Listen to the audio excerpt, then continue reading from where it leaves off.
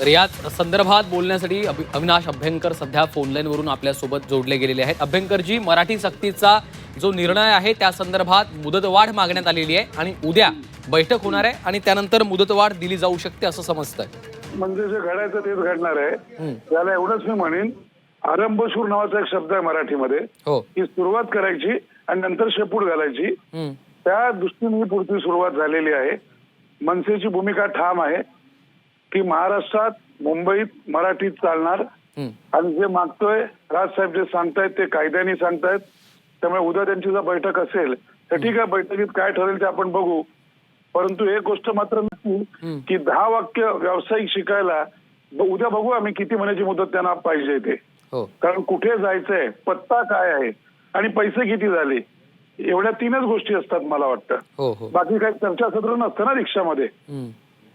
मात्र बघू उद्या काय बोलतात ते। सरकार ठाकरे काय ते बोलतील। हो, पण सरकार सध्या सकारात्मक दिसतंय मुदतवाढ देण्यासंदर्भात, जर तसा निर्णय झाला। म्हणून म्हटलं आरंभशूर हा एक शब्द आहे मराठीमध्ये। सुरुवात करायची नंतर शेपूट घालायची आणि हे स्वतःला सन्मान्य बाळासाहेबांचे शिवसैनिक म्हणतात। हो, ऐकलं असतं का? सन्मान्य मोठ्या साहेबांनी ऐकलं असतं का? हा प्रश्न मराठी भाषेचा आहे, कळलं का? आणि जे मागतोय तुम्ही याला सक्ती असं म्हणताय, परंतु प्रत्येक ह्या देशाची भाषावर प्रांतरचना झालेली आहे, लक्षात घ्या। त्यामुळे याला सक्ती म्हणणं नाही, जे आहे ते नियम असल्या ते नियमांनी मागतायत, हे कायद्याने मागतायत। सक्ती किंवा बळजबरी केव्हा असते की बाबा हे नाहीच आहे नियमात, हे नियमामध्ये आहे, त्याचं फक्त इम्प्लिमेंटेशन करत नाहीयेत। बघूया आता उद्या काय होतं, नाहीतर नक्की राजसाहेब त्यांची भूमिका जाहीर करतील। अभ्यंकरजी, 15 ऑगस्ट पर्यंतचा मुदतवाढ दिली जाऊ शकते असं समजतंय, तर जर तसं झालं तर मनसेची काय भूमिका आहे? बघू, मी तुम्हाला सांगितलं याच्यावर आमचे पक्षाचे जे सर्व आहेत, राजसाहेब ठाकरे त्यांची भूमिका जाहीर करतील। ठीक आहे, अविनाश अभ्यंकरजी खूप खूप धन्यवाद आपल्या या सविस्तर प्रतिक्रियेसाठी।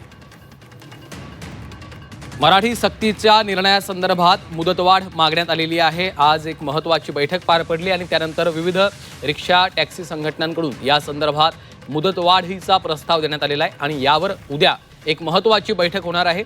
परिवहन विभागाची उद्या ही बैठक आहे, त्यामुळे आता उद्याच्या बैठकीकडे लक्ष लागलेलं आहे। आणि संजय निरुपम स्वतः सध्या फोनलाईनवरून आपल्यासोबत जोडले गेलेले आहेत। निरुपमजी, आज बैठक झालेली आहे, आता आज परिवहन मंत्र्यांची पत्रकार परिषद झालेली आहे, काय तुमचा प्रस्ताव होता? सरकार सकारात्मक आहे का मुदतवाढी संदर्भात?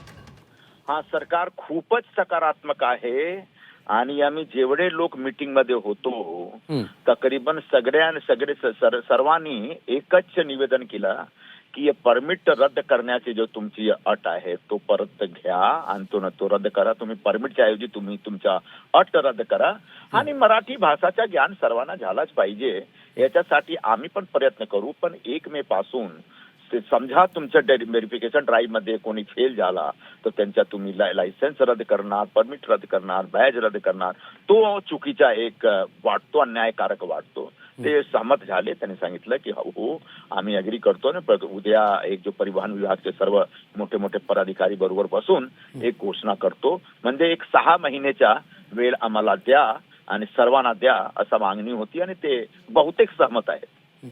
15 ऑगस्ट तारखेची फार चर्चा आहे, 15 ऑगस्ट पर्यंत मुदतवाढ मिळू शकते? नाही, ऐका, तो 1 मे पासून 15 ऑगस्ट पर्यंत व्हेरिफिकेशन ड्राईव्ह चालेल। त्याच्यामध्ये एक आयडिया भेटेल की किती लोक आहेत महाराष्ट्रात जे मराठी बोलू शकतात, जे मराठी बोलू शकत नाही, एक आयडिया भेटेल।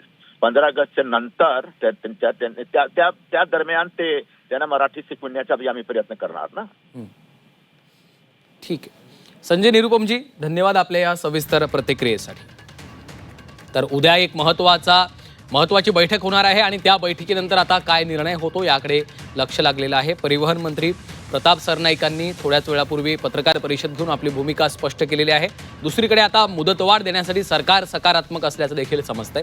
शशांक राव देखील सध्या फोनलाईनवरून आपल्यासोबत जोडले गेलेले आहेत। शशांकजी, आजची बैठक झालेली आहे, आजच्या बैठकीनंतर सरकार सकारात्मक असल्याचं समजतंय, काय तुमच्या आजच्या बैठकीमधल्या महत्त्वाच्या मागण्या होत्या?